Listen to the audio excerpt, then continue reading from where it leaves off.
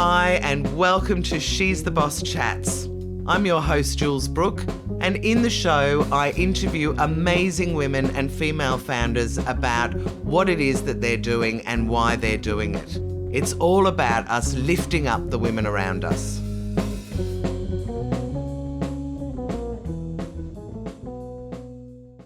So, Beverley Honig, I am so excited to have you on the She's the Boss podcast. Thank you so much for joining us. Thank you, Jules. It's really great to be here. Now, I loved talking with you on the She's the Boss TV show, but we didn't have anywhere near enough time, I didn't think, for me to get through the huge amount of things that you do. So I'm going to jump straight into it because there's a lot I know that you've got on your plate, and I'd really love to hear about all of it. So can you tell our listeners what it is that you do and a little bit about each of the businesses? Sure. Okay, well, we'll start with Honeylight, because Honeylight Enterprises is the overall umbrella for a number of different businesses. And when did you set up Honeylight? I mean, is that because you had so many businesses, or did you set that up at the start? Story, how it was set up. Should we take the journey back to before it was set up, or do you want to? Yeah, let's do another thing. Let's start at the beginning and tell me your story from when you left school to now. I think that might be easier because then the things will pop up as you go. Okay, let's make it a streamlined story. I qualified as a lawyer in Australia, and then I went overseas to the Middle East, and I re-qualified again as a lawyer. Yeah. And tried it in a number of different languages. And the third time, I re-qualified in the UK. So I'm a bit of an intercontinental lawyer, if you like, or an international lawyer in that regard. And Amazing. Yeah, I practiced for several years. And coming back to Australia, I thought I'd try my hand in management.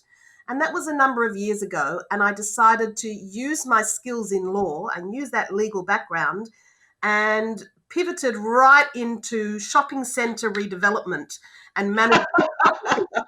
As you do. Yeah, as you do. I mean, look, the original background was commercial property law, so it wasn't alien to me. And in fact, used the skills that I had and took it into a whole new realm.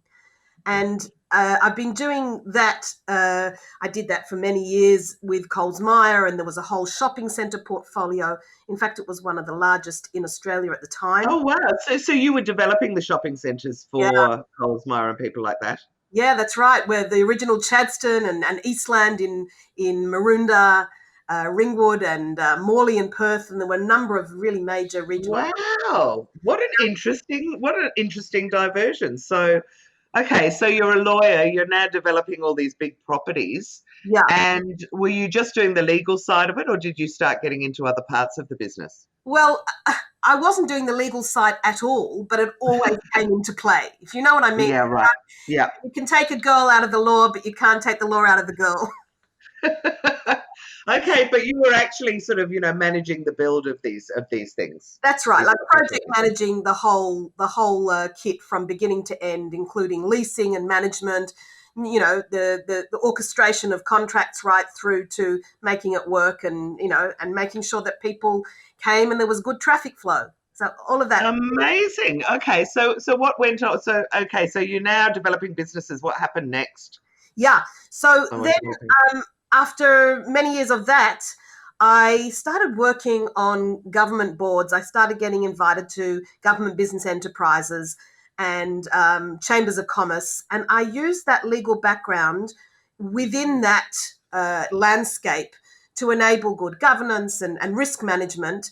And really, from a commercial perspective, making things work in a way that really, in a very practical way. And I still do that today. And that was a nice pivot as I segued from shopping centre management into building Honeylight Enterprises. So Honeylight Enterprises was named just after you had finished the building, or are you still doing this building development now? Well, we have a building business, but it's not, we can talk about Greenville Developments in a moment, really. Okay. Yeah, it is a construction business, but it's not shopping centres, it's mobile buildings. So that's Yeah, well, I think I know a little bit about. I think I've seen a video of yours about that, but yeah. I'm enjoying this timeline. So keep going and Okay. tell me what happened next. So being at Coles Myer and then doing a Masters of Business, of course, your mind gets opened up to all sorts of opportunities. And whilst Yeah, I was at business school, finishing off the MBA, I was asked to get involved with a project.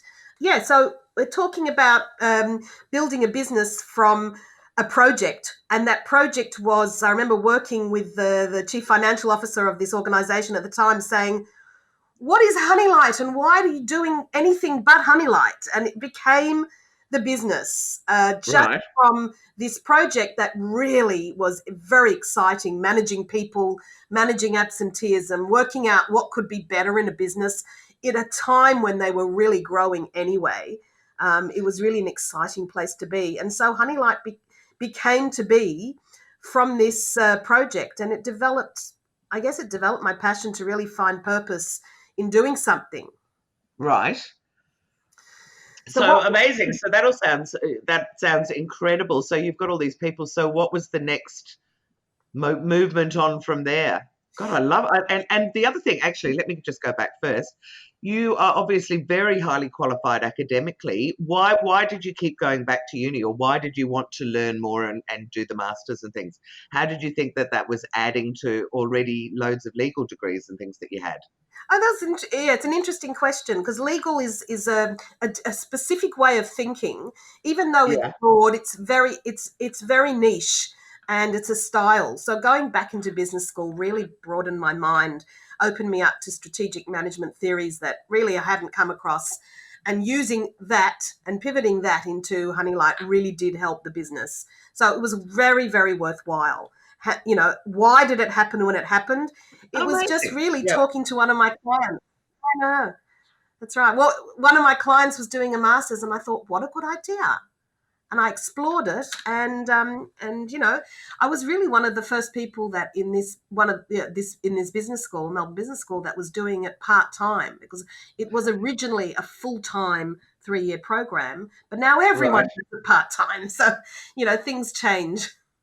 Yeah, no, well, there you go. Just goes to show you're ahead of the curve all the time. Yeah, So, so sorry for that little segue. So, right. So, what happened? So, you'd set up Honeylight, yeah. and that was going to be the umbrella company for some of the other things that you were doing. So, what took off after that?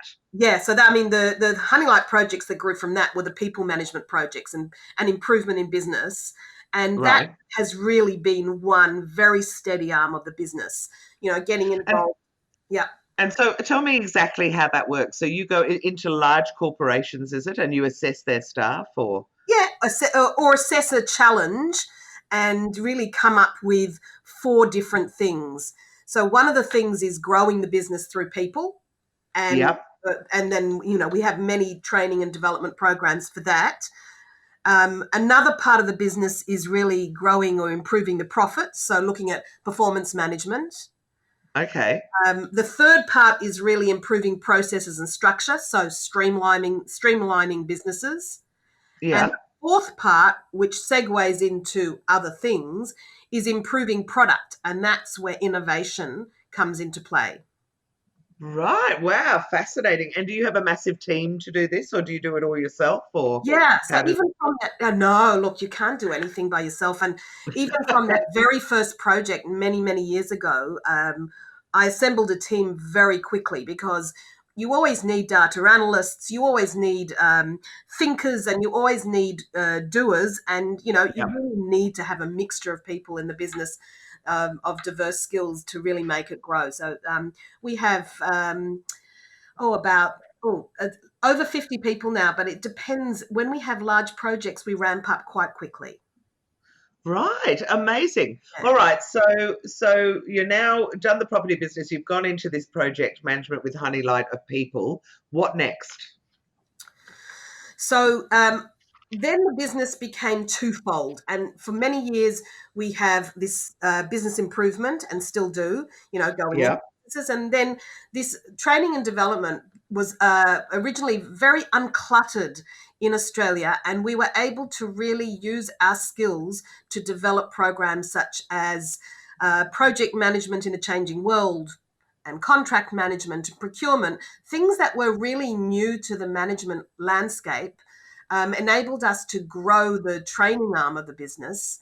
And I ended up writing books on it, which was really exciting too, and started a whole kind of parallel world, also lecturing at university in the subjects. So all of that, very much education focused, but as you say, business education. No, but I love that. I mean, how incredibly fascinating. So, so what happened after that? So then you were writing books about it all. You're running these two arms of the business. How did it all sort of pan out from there? And well, a lot of the people that I went to business school with ended up working with me. Right. Really, some of them are very. They must love you. Are you the one who employed them all? Yeah, I mean, they're very seasoned professionals. They're not necessarily of course. business developers, but they're incredible people with incredible skills and backgrounds. So that was really a big part of the power of Honeylight, and still is. It's about the people, and the leaders in the business. Right. So when did you start getting bitten by the sort of entrepreneurial bug? Like, at what stage did you start going, innovation really interests me? Because coming out of law, which is really not associated with innovation in a lot of ways, it's really interesting that you've obviously been bitten by the bug. So how did that all happen? Oh, look, it started very much before then, but really became realised around, it was probably 20 years ago, which sounds like a long time. And not to me, don't worry. but did something happen? What was the light bulb moment? Well, there were, a number of light bulb moments. I suppose one of them was that I was very heavily involved with enabling business innovation through the Middle East and particularly Israel, with the new technology coming through, and being a board director of the Australia's Chamber of Commerce really enabled a whole lot of things to happen for Australia and the Australian government. So I just felt really inspired by that. And some of those things became Honeylight businesses or distributorships. And they ranged medical technology right through to fashion, right through to lots and lots of software-propelled businesses.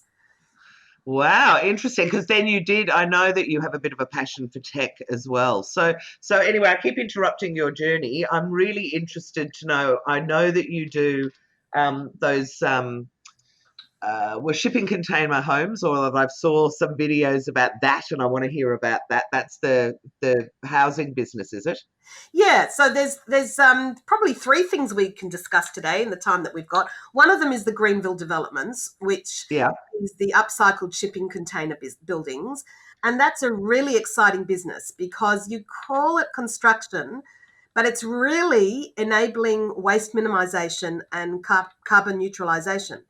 Because there's a whole lot yes. There's shipping containers sitting on docks for years, just, petrifying and just sitting there, taking up space and creating waste.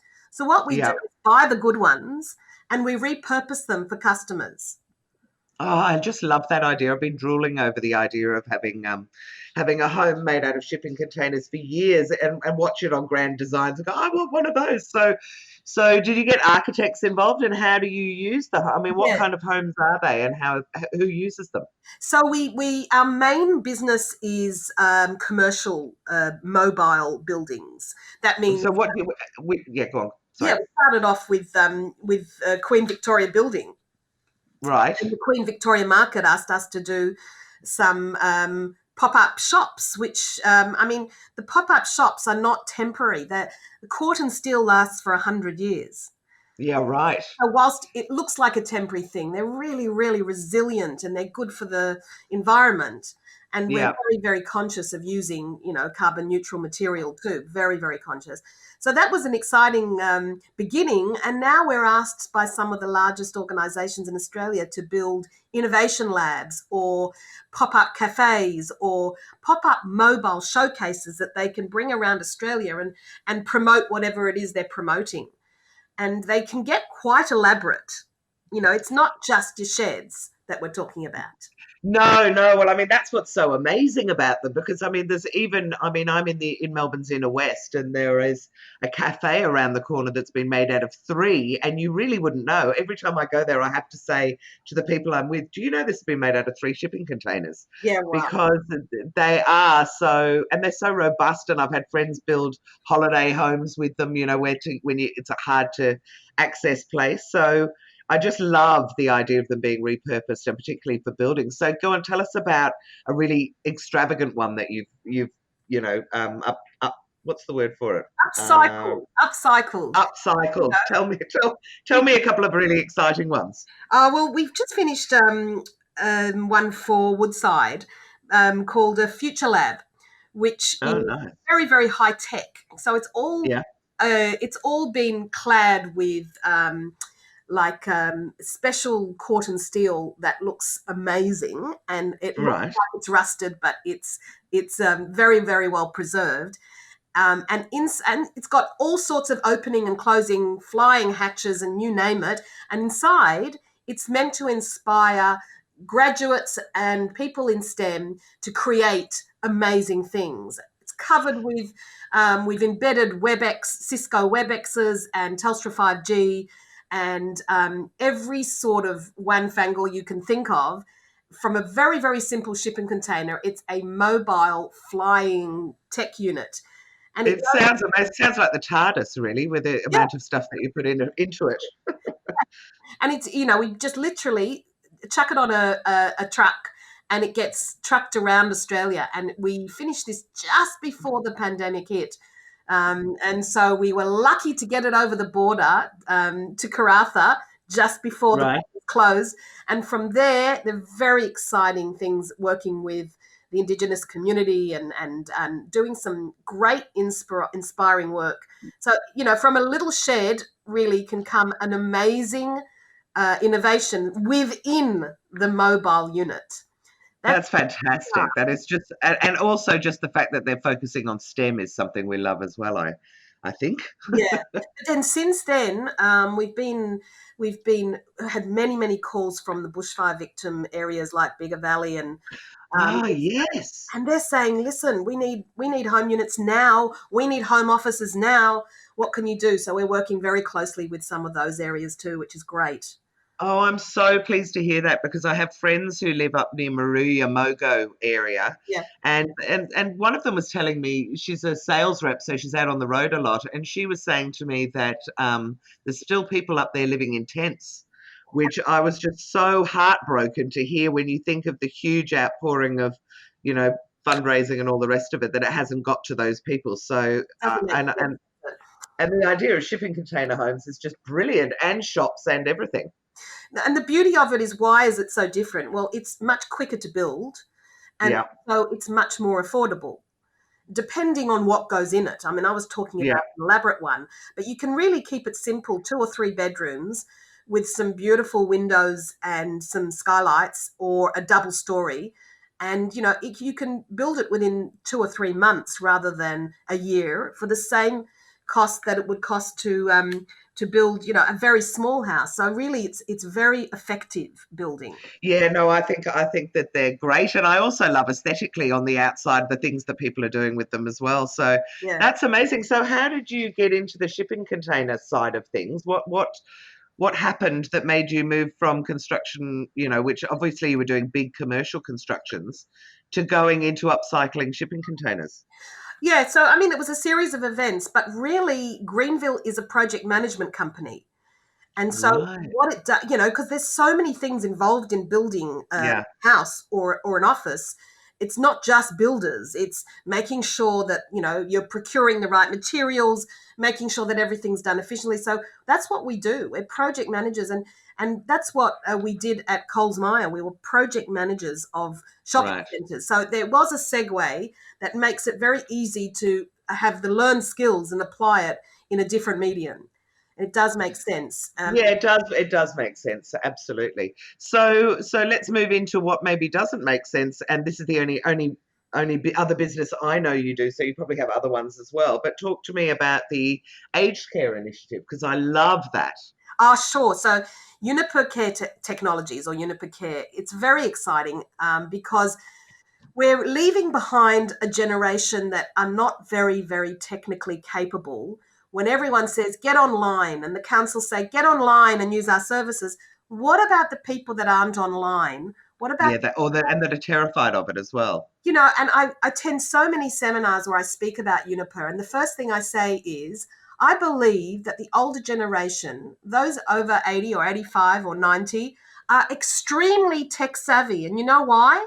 Because they've got a huge piece of technology in their living room called a television. Yes. So what we do is just enable that television through Uniper TV to become something that's living and breathing, and you can talk through it. Older people are very isolated. They're living at home more, which is great. We want to be in our own homes, but more and more they're losing friends because of, attrition, and we need to keep people socialized in order to improve and, mental health and reduce conditions and all the things that we know has been proven statistically to work. And the main part of that is socialization and, people working and talking with other people. It's what we all do best. But as one grows older, that sort of one tends to be at home more and more lonely and sort of like left behind in this whole tech race. So we put together technology that really swivels or pivots a TV into a talking machine so that you can interact with health carers for sure, family and friends as you want, but most important of all, be part of a group and part of a community. And that means I see. So there's a community within the people who are using this service as well. Exactly. Now, I love that. Yeah, and there's lots of communities. So what we do, what this is a business to business model, so that we work with other businesses such as very large in-home care providers who have hundreds of thousands of people at home that they need to connect with, and they need to understand what their clients' needs are, both social as well as health. So they use Uniper to use through the web portal to understand what we call grey data. And that grey data is real-time, client needs. What are you wanting? What are you needing? For example, do you want us to remind you to take your prescriptions? Easy done. Do you want us to give you a call just to have a chat? Easy done through your TV. So you actually physically see people, which is a big deal when people are feeling isolated. Absolutely. So what do they do? Can they just ring it like a telephone? I mean, how do they book in, or can they just ring a friend and see them through the TV? Either of those things. You can. Amazing. You can be watching TV and then your granddaughter rings from overseas and it says, "Would you like to speak to your granddaughter?" And all you need is the OK button. That's the only thing you need to know. So it's okay, yes, okay, no. That is so clever, Beverly. But tell me, where did the little germ of this idea come from? Because it's brilliant, and it's one of those kind of dope moments where you go, "Why? How come no one did this earlier?" Who came up with the idea and how? Well, that's exactly what innovation is about. Why hasn't anyone thought of this? They're obvious things that there are new things or innovative ways of approaching this whole problem, and we thought, there's a real need out there. I know that I couldn't contact my mother during lockdowns over the years, and I'm not talking about pandemic lockdowns. I'm talking about isolation lockdowns because in someone's got a cold or something. Yeah, and then the whole facility closes down for maybe 2, 3, 4 weeks. And that happens every year around flu season as well as other times. So this is a beautiful way for people who are very busy and working to connect with their family. But much more importantly is the fact that we have live group sessions. You want to join a Zumba class, you want to join a singing class, just, click here and you can be part of it, and we'll see you and we'll listen to you, and it will all be interactive. It's absolutely so clever and so amazing. I just can't believe no one thought of it earlier. Was this your idea, Beverly? So it came through partners, and we've taken it on board. So I can't claim the originator of the idea. No. The whole But idea with with entrepreneurship, it's ideas are great, but everyone's got ideas. It's really about bringing it to life and making it it work. is. And that's the hard bit. The hard bit is engaging customers. But if you've got something that works, it's not that hard. It's just a matter of getting out there and networking. Well, it's just brilliant. This one in particular kind of really resonates with me because my partner's mother has gone into aged care just before the pandemic. Yeah. And the thought of her not being able to see her husband and being in this new home without anyone there to be able to talk to her. So how do people sign up? Like, is it the aged care provider that needs to sign up, or can anyone who hears this and wants to do it for their parents organise it themselves? So theoretically they could, but it needs to go through a business. For example, Right. we work with the Independent Living Solutions retailer Leaf, who have Okay. 10 stores around Australia, and they're growing. So Yep. they have this in their showroom, and you can see that, and then be part of the Leaf portal. So it really does depend. Okay. Yeah, it depends on where you're physically living, what community you're part of, and then who you'd like to be associated with.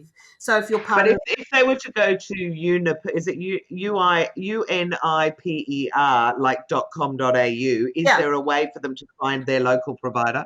yes, yeah. So Oh, you can great. go on that, and there's also a 1300 number, and you can inquire, and we can set you up. Yes. That's amazing. I'm going to have to try and set that up for my mother-in-law almost.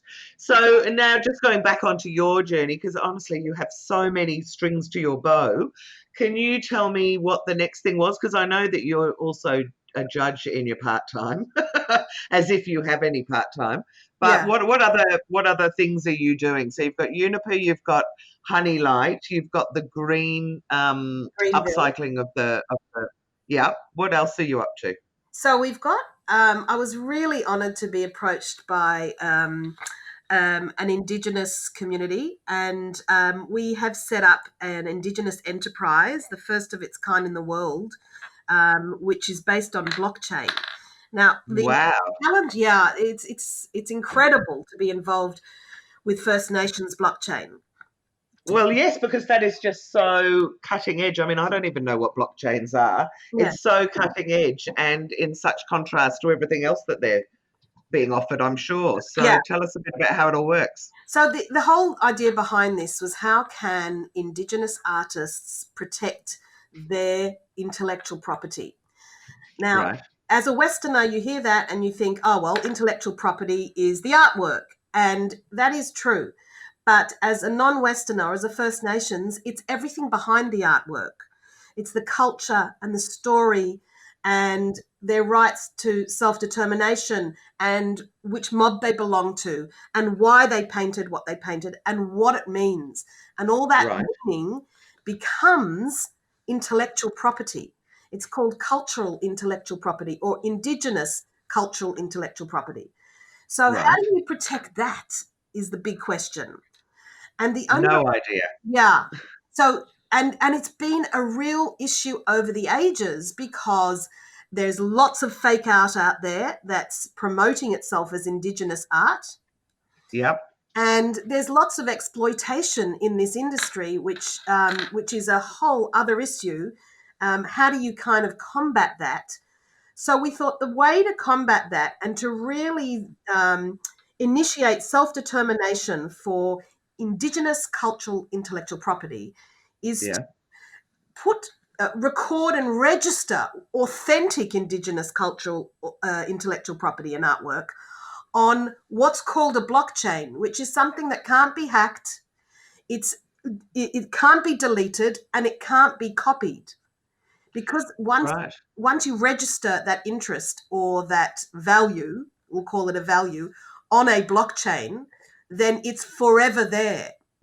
That means that if someone is an Indigenous artist and they are interviewed and their story is then uploaded into code into the blockchain, then no one Yeah. else can say that they're that artist and no one else can really refute that. And then you've also got timestamps on it and you've got everything all sort of collated together. And what is the upshot of this? You're in a museum, for example, and you use the Yep. First Nations blockchain app to scan a painting, and you straight away know if it's authentic. Ah, so clever. So really, this has got massive applications, maybe across art galleries around the world, not Yeah, just Aboriginal art. absolutely. But the beauty here is it's an Indigenous Aboriginal enterprise. So when this goes global, and we're just starting to work, They will benefit. It'll be unbelievable for First Nations in Australia.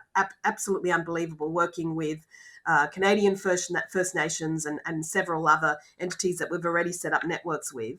It's really, really very exciting. Like if you're an international buyer or collector, the Yep. way that you can authenticate a piece of art is literally using First Nations blockchain app.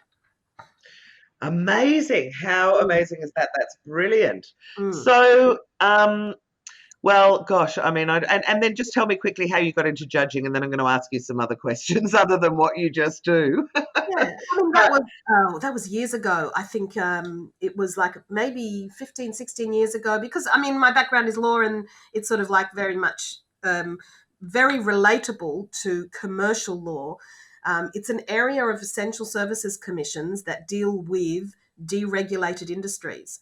That means, right. electricity, gas, taxis, water, all of that in Australia has been deregulated, as in other countries. But the Australian infrastructure set up the Essential Services Commission, which deals with deregulated industries and other things. And I'm a judge on the appeals tribunal, meaning, if large gas companies or electricity companies are a bit concerned, or their consumers are concerned about pricing, Yep. then there's a very big long-term appeal where it looks like a court. It is a Yep. court, but it's held under natural justice, which means you need a bit of a commercial head to deal with the legalities of it, and that's sort of like where I fit in. So it sort of made sense, and it's probably one of the most exciting things that I do, funnily enough. Right, amazing. Okay, so now I'm going to ask you some more questions about your entrepreneurial journey. The first one, and I don't want to put you on the spot, so I'm going to ask it and don't feel you have to answer it if there's no one who springs to mind. But Mm. because this is a show about women in business, I always like to ask the question, are there any women who have helped you along the way that you can think of, and how did they help you, if there are? Because you've been in quite a male-dominated industry. In fact, all the industries you're in are pretty masculine, I would have thought. Um, well, look, yeah, I mean, I guess the answer to that is there's many small moments. Um, Yes, there's okay. many women that have inspired me, bits and pieces, whether it was on boards or with a little bit of Yep. advice. I remember in the early days, uh, I used to have lots and lots of coffees with Elizabeth Proust, and and she's an inspiring lady, and Alana Rubin, and she's another inspiring lady. And Oh, great. there were many sort of chats that I've had, and then I think in the earlier days I was approached by Gillian Franklin. I don't remember her, but she's quite an incredible woman that now heads up Heat, which is a cosmetic company, and she approached me to be a member of the Women Chiefs of Enterprise, and Oh, great.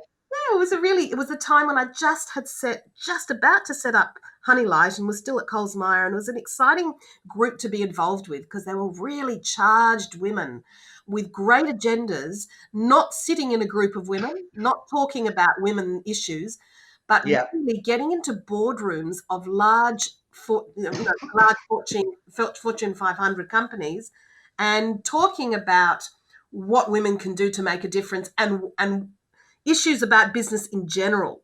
And that's what I loved about it. It wasn't just like moaning about the challenges of what No. in front of women, but it was really just getting out there as business women and And talking doing about stuff. business. Yeah, and that was great. Oh, brilliant.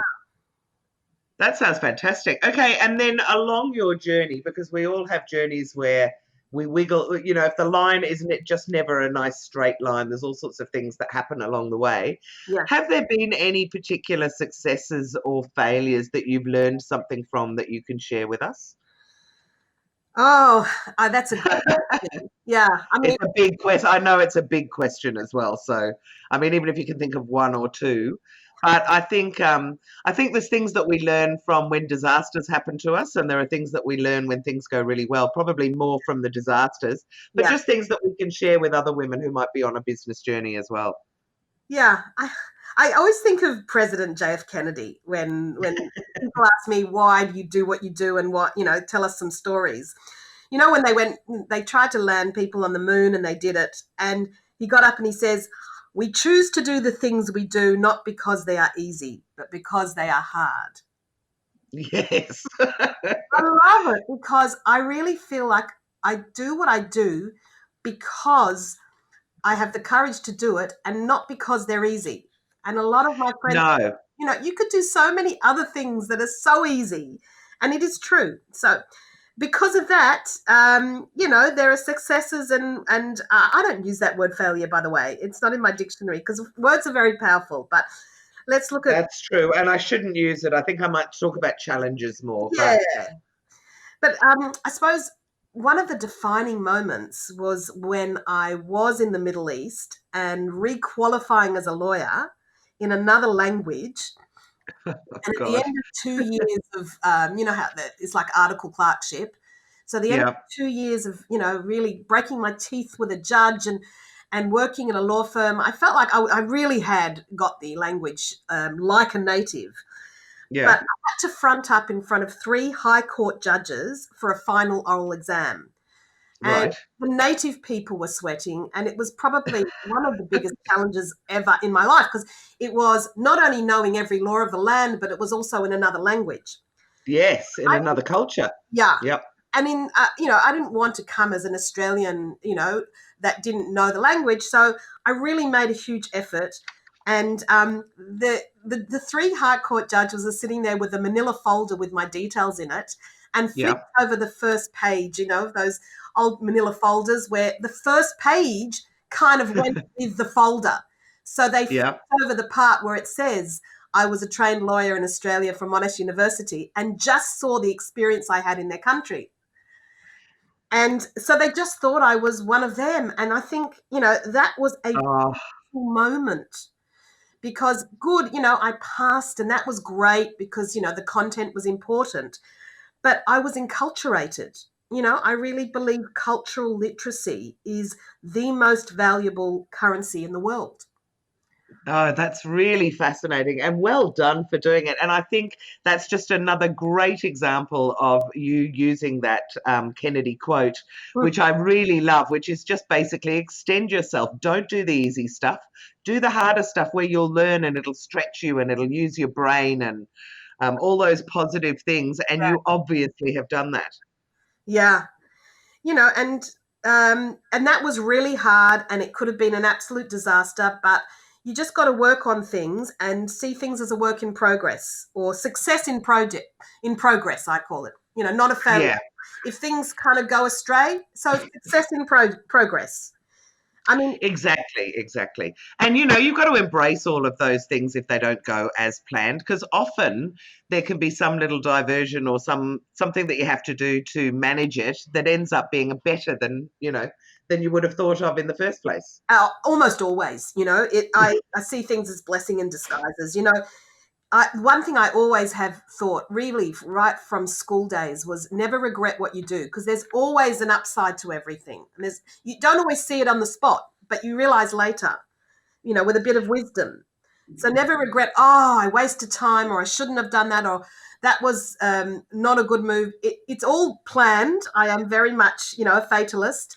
And there's a reason Yes. for everything, and that reason is usually in your favor if you see a little bit of the light. And as you grow more mature, I think that wisdom kind of develops too, I think. Yeah, I think we get the perspective of it and Yeah, start to kind of go, all those little things that we worried about when we were younger, they yeah, really don't matter.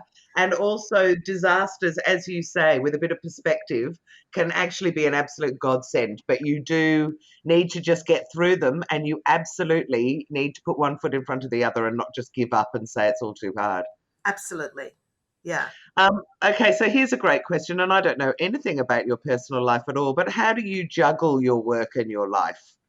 What sort of hours are you working? Like, are you is it because you've got a lot on your plate? Do you actually turn everything off and go home and have time out, or is it all just a big part of the tapestry of life kind of thing? It's definitely part of the tapestry of life. Look, I don't like turn. First of all, I mean, I don't call it work because I mean, I choose to do what I do, and Because you love it, I love it, and it's like really full on play. right? If you ask my family, they'll say I'm always on. I'm always on. But I love that. If we go on holiday, I am always thinking of new opportunities. It's not like it's not a negative thing. It's just an open minded thing. So Yes. I think the new ideas really inspire me, and I can't turn that mindset off for sure. But it doesn't And stress you me. wouldn't want to, Beverly, really. I think having that, you just have that kind of a brain if you're that kind of person. Yeah, Um, and you're obviously coming up with the ideas and seeing the opportunities. But the big difference, as you said earlier, is you're acting on them. And there are millions and millions and millions of people that have great ideas. It's just that only hundreds, probably, maybe thousands, actually get on and do something about them. yeah. I do. I run these workshops in design thinking, and there's a dearth of ideas. That's for sure. Everyone's got ideas, but what to do about them? It sounds like that's the tricky bit, and you really just have to have a bit of structure in that. It's not organic. No, it isn't. But it is a case of, okay, well, what could I do now? And then I'll look at the bigger picture and then I'll break it down. You can't eat an elephant except with a spoon, that kind of idea. That's it. Break it into manageable bits and just start moving. Yeah, exactly. And get some, and if you do have a new idea for a business, get some feedback from potential clients because that's where it starts. Yeah, that's a really great bit of advice, and certainly from doing the show, the one thing that almost all the women say is do your research, find out that there's a market for it. Although I'm not as big a fan of that because I think if you're truly doing innovation, then people might not understand. So, I mean, in my case, I was teaching people how to do PR. It's a weird thing when there is no competition and nobody really knows what they don't know. Do you know what That's I right. mean? I do. It's like Ford said, if I would have asked people what they wanted when he had an idea about cars, they would have said faster horses. That's exactly right. In fact, I've used that quote before, and it's true. You would never say a car if you didn't even know what a car was. That's But it. so, to an extent, you want to be guided by other people. But a lot of it is if you really believe in yourself and you really can see that there's an opportunity, then just go for it Yeah, and do it. yeah. And And you'll find out one way or the other, and it may not turn out exactly the way you had imagined, but no doubt it'll still be fabulous. yeah, that's right. Great. Okay, so sorry, and this wasn't about me waffling on. So, what about, and again, I'm putting you on the spot, but is there a quirky fact about you that you would like to share with me and the other she bosses that maybe lots of people don't know about you? A quirky fact. Well, I don't know. I mean, Quirky fact. I'm a bit of an open book, so there's no real secrets. But I have been doing two things in my spare time over the years. Right. One of them is painting with oils. I love painting. Oh, wow. Right. I have these unusual paintings at home. Some of them are surrealism. And we had some people over the other night for dinner, and they commented, "Wow, you must really like this artist, B. Honig." So, I didn't realise it was me, but that was a good thing. That is fantastic. And I love surrealist art. In fact, Salvador Dali would be one of my favourite artists in the world. Yeah, So yeah, that's yeah. great. So you're an artist on the side. Yeah, on the side, I love it. It's a hobby, and I've always loved it. Yeah, that's great. Yeah, Okay, now thank you very much for this great conversation, and I have absolutely loved chatting with you. I've now got a couple of silly kind of questions that I'm going to ask you yeah. that are nothing really to do with your business. But if you look at your phone, what are the two, other than banking, because I don't want to go into banking, are there a couple of apps that you find really useful for work or for life that you'd like to share? Sure. Well, one of the things I do in my spare time is Duolingo. Is one of the apps that I use. What's that? Oh, Learning another language. a language lab. Yeah, and I'm teaching myself Chinese. Um, Oh my goodness, Beverly, you are a woman who likes to take on hard things. You're teaching yourself Chinese. That's incredible. I reckon we've all got to know Chinese, and working with an app is a fairly passive way of learning a language, so it's not ideal. And my reading skills and my listening skills are fantastic, and my speaking skills are not as great. So that's what comes from working self-teaching. Yeah. But I do it every night. I was going to say, do you put it on before you go to sleep and hope it'll sink into your unconscious, or how are you doing it? Late at night, but it's fun. It's a bit of a challenge. I've got a lot of that. There's one. Go on, give me another one. Go on. One called Buffer, so you can share your social media posts across your whole network, and you can schedule content so it's posted at the right time. That's a useful one. Yes, I agree. And I got another one. You probably know a company, So you're going into a big meeting, and if you use a company, you can nail those the people in the room, and you do your research through a company. It's ACC. I have never heard of it. A company. Oh, a company as in to accompany you, and you can go in there and look and research people. Can you? Yeah, that's right. Oh my goodness, that's a great one to know. Okay, and then last question: what's your fun app for personal time? My fun app, other than Duolingo. Yeah. So I mean, play games and Buffer, and nothing too original. I'm sort of like on Insta and LinkedIn. I love LinkedIn because it's like a whole world of people like me, and Yes, I do too. And I kind of signed up really early to LinkedIn. I mean, I reckon I would have had my account for about 8 or 9 years, or maybe longer, and then just got completely over it because I felt like it was just like reading ads. It was just. Yeah. For a long time. And then I feel like in the last couple of years it's come into its own, and it's brilliant. Yeah, I mean, you can really search for the right people in the right enterprises, and you can connect with great people like you, right? We connect. I think. Exactly. We met via LinkedIn. Okay, now, Beverly, if people want to get hold of you, can you just run through, well, I guess we now know all about your different initiatives. What's the best way to get hold of you for any of them? The best way is via our website, honeylight.com.au. Okay. And also, obviously, they can reach out on LinkedIn, come to think of it, because I know you answer. Beverley Honig. All right. Well, thank you so much for your time today. I have loved this chat. You are such an awe-inspiring woman. And everything that you're doing is just brilliant. So thank you. And I will very much look forward to seeing you pop up in the media at different times with all your different initiatives. Oh, you're terrific, Jules. Your style is really, really pleasant and very, very open, and it's just really easy working with you. Oh, thank you so much. Well, hopefully our paths will cross again soon. Yeah. Okay, bye. Again, bye. I hope you've enjoyed this She's the Boss chat episode. It was great to have you here. If you want to stay in touch, you might also like some of the other things that we've got going on with She's the Boss. Firstly, I've got the She's the Boss show, which is on Ticker TV. Now, you can watch that either on tickertv.com.au or you can download the Ticker app from any of the app stores. So Apple and Android, and they've got an app that is for your phone, for your iPad or tablet, and for the smart TV. Or you could join us for our free Zoom lunches for female founders that we hold online.